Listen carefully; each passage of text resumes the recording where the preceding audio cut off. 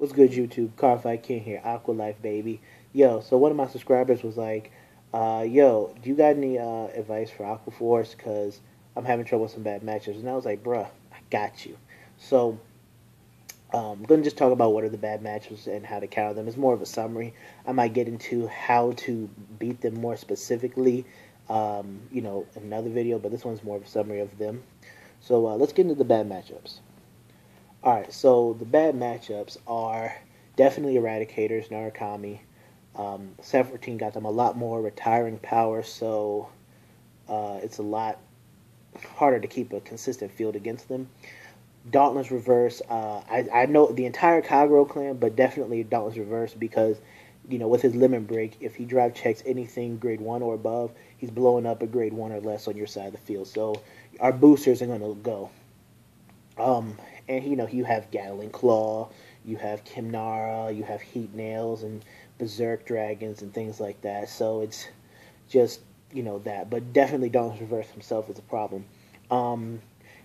Link Jokers, Chaos Breaker, Glendios, just locking up your field so you're unable to get to your fourth battle. Some depending on where they lock and sometimes whatnot.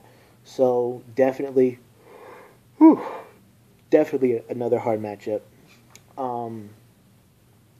So those are the bad. I'm just leave it those. Those are the bad matchups. And the more annoying matchups are, at Shadow Paladins, as always, because they have a little bit of retiring power, but also they got Raging Form who restands.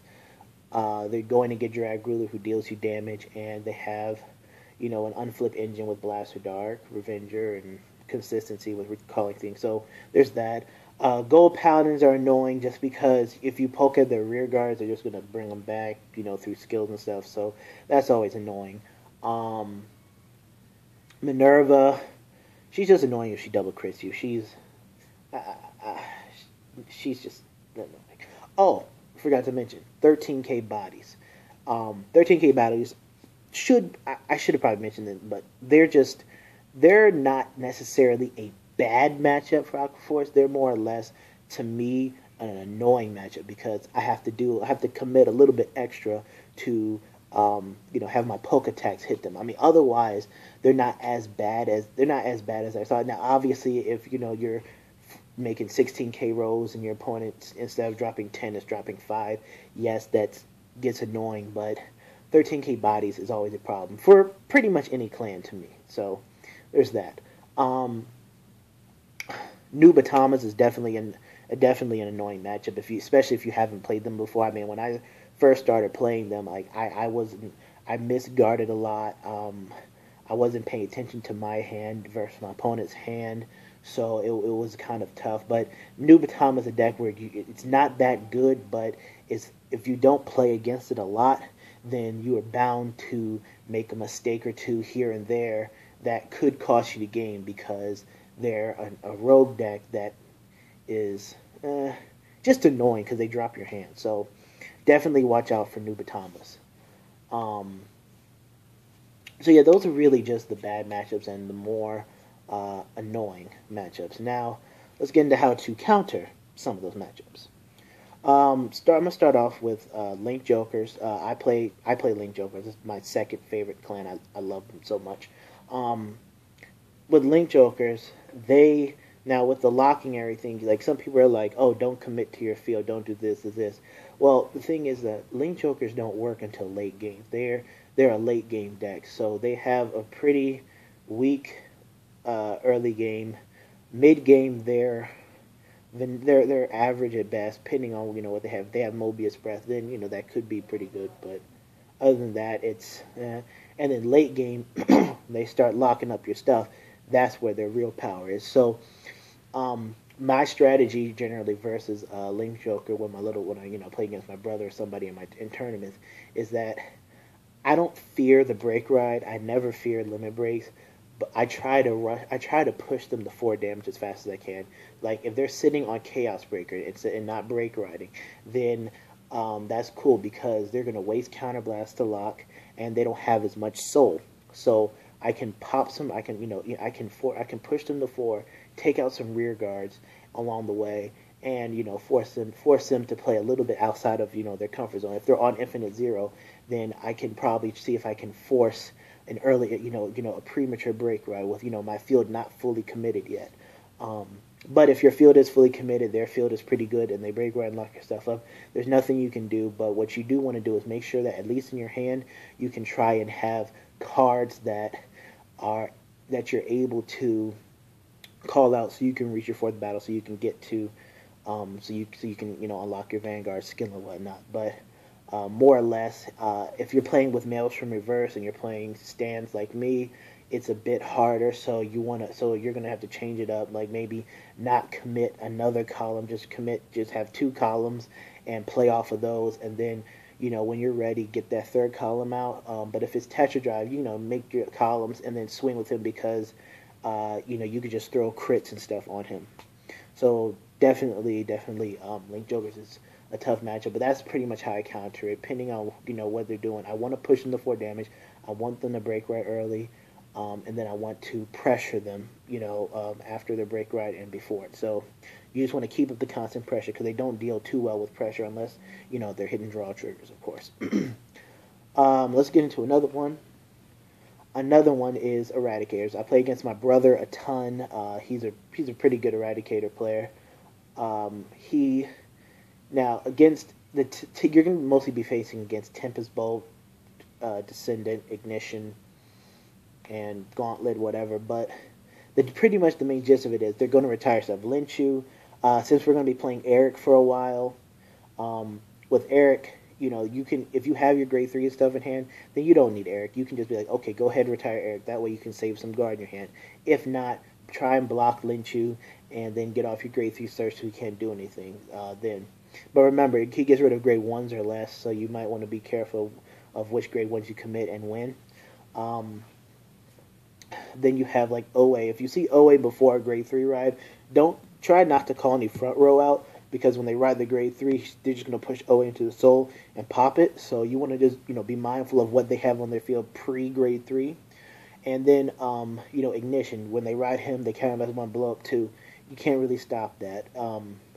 With Tempest Bolt, sometimes I want to save at least some cards in my hand that that are able to help me reach the 4th battle again.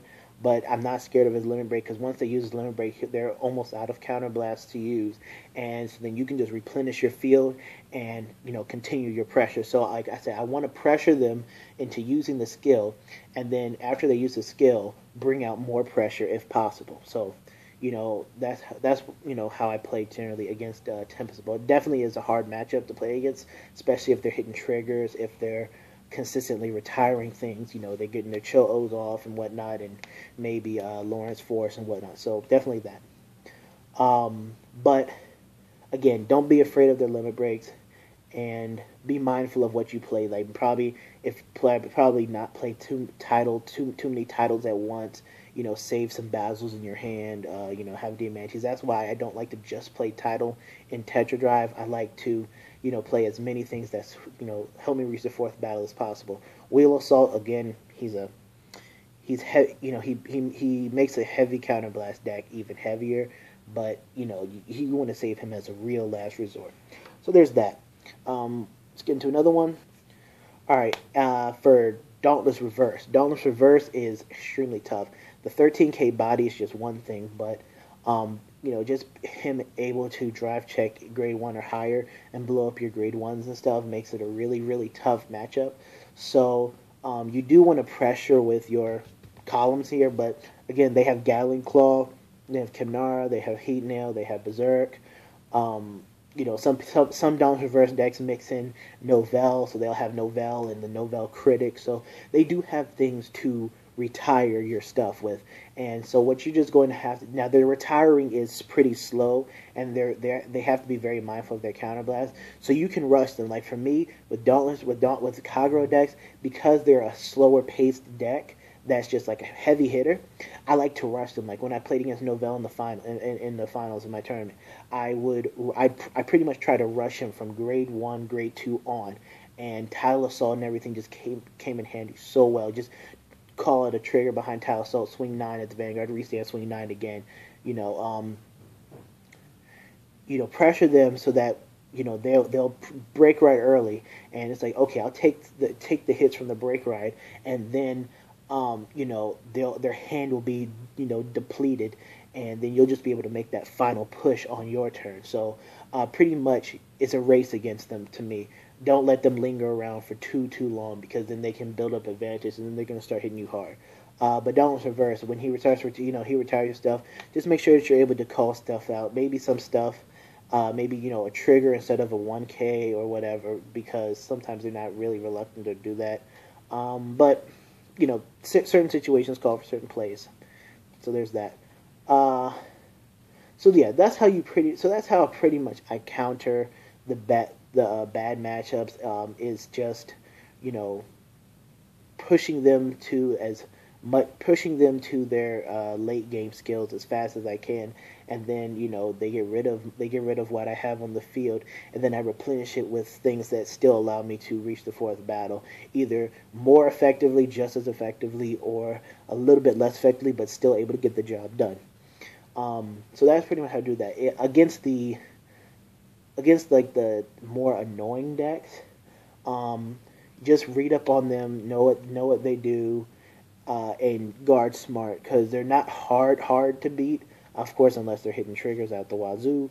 But just know what they do and know how you should guard against them. Plan effectively. Don't shuffle your cards fast and be like, okay, sure, I don't care, blah blah blah blah. No, you got to slow down, read, and react.